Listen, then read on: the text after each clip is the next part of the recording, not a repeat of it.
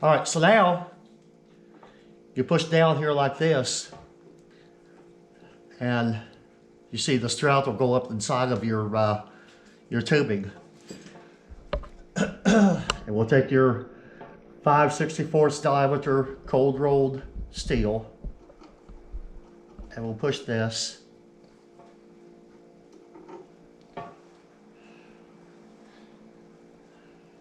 in the hole like that. All right, now before we do anything else, let's just push down on this, and we'll kind of slightly clench this in here so that it will not slip out.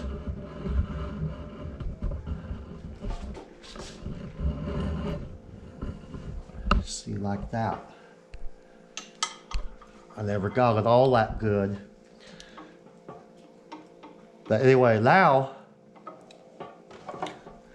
if your pin is too long, like this one, you can just take your dikes.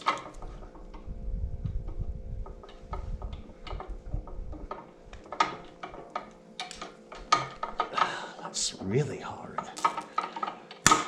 Okay. Then you'll rotate your wedge, your adjustment wedge, 90 degrees back, and now that's how it's going to be going back into the weapon. All right, so now you're going to take your little handy dandy tool here again, and you're going to push back down on this.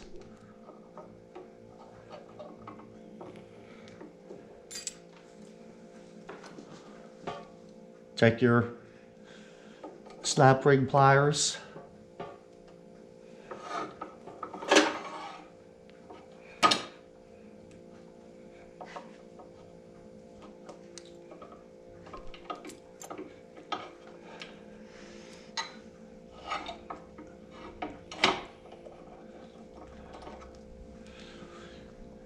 And that's how you would do that.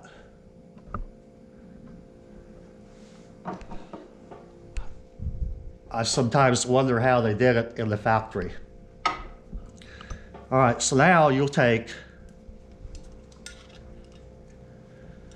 and make sure that your hammer is past the safety notch, like that.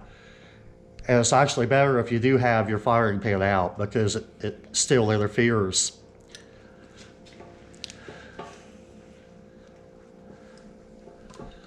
Just put this in here and get it centered.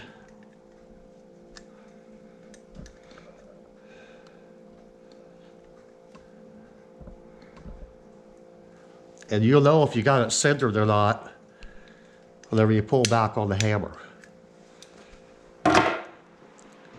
And see, that's how it would go. Just like that. I hope this has helped you with that type of problem.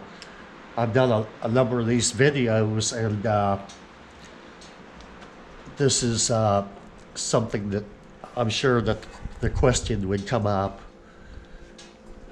Some of these do not have, some of these are just pretty much stripped, and they're missing parts, and sometimes the mainspring and all that has been cannibalized for another Iver Johnson. Okay, so now we're actually ready to go back together, and I would like to retract some a statement I made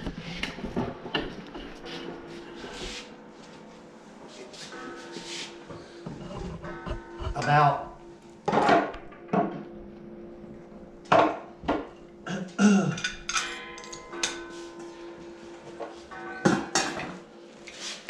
taking and heating your fore-end cap and also the front of your receiver to take up the looseness.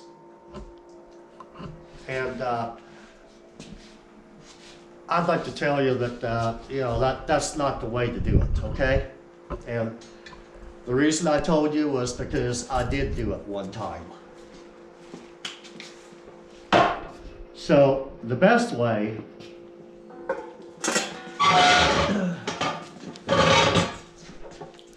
if it's an older gun and the wood is kind of punky maybe or soft, you know, usually like 3 coats of a good varnish will take up that slack for you. You try that out and make sure you get 3 good coats on the end of your forearm wood here. That might take up some slack for you. But if that does not work, they have these spacers for brown L's, and this one here will be for a double gun, and it's 1/16 inch thick, and you would take and whittle this out and put it between your forend and your forend cap to take up that space. And it may take an 1/8 of an inch. You know, I've had to do that before also, because that particular shotgun, somebody had taken a file and filed this for some reason.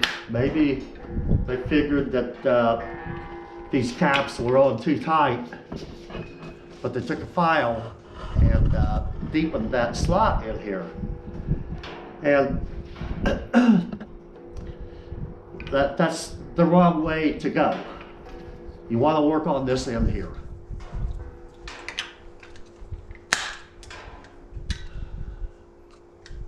Okay, well, that's it for Iver Johnson. I like them. They seem to come in a lot more beat up than other single barrels do. You know, my favorites are the Stevens 94s, and I don't have to really do a lot to them, just clean them up. So a little tidbit, you know, Oscar Mossberg, he worked for or with Iver Johnson, named one of his sons after Iver Johnson. So anyway, we're going to go back together, and you don't need to see that and put you through that. So we'll be doing another video here and get back on track with stuff. We've been really busy, lots of distractions and interruptions and such. But we'll be back with you. Thank you for watching, and we'll see you next time. Bye-bye.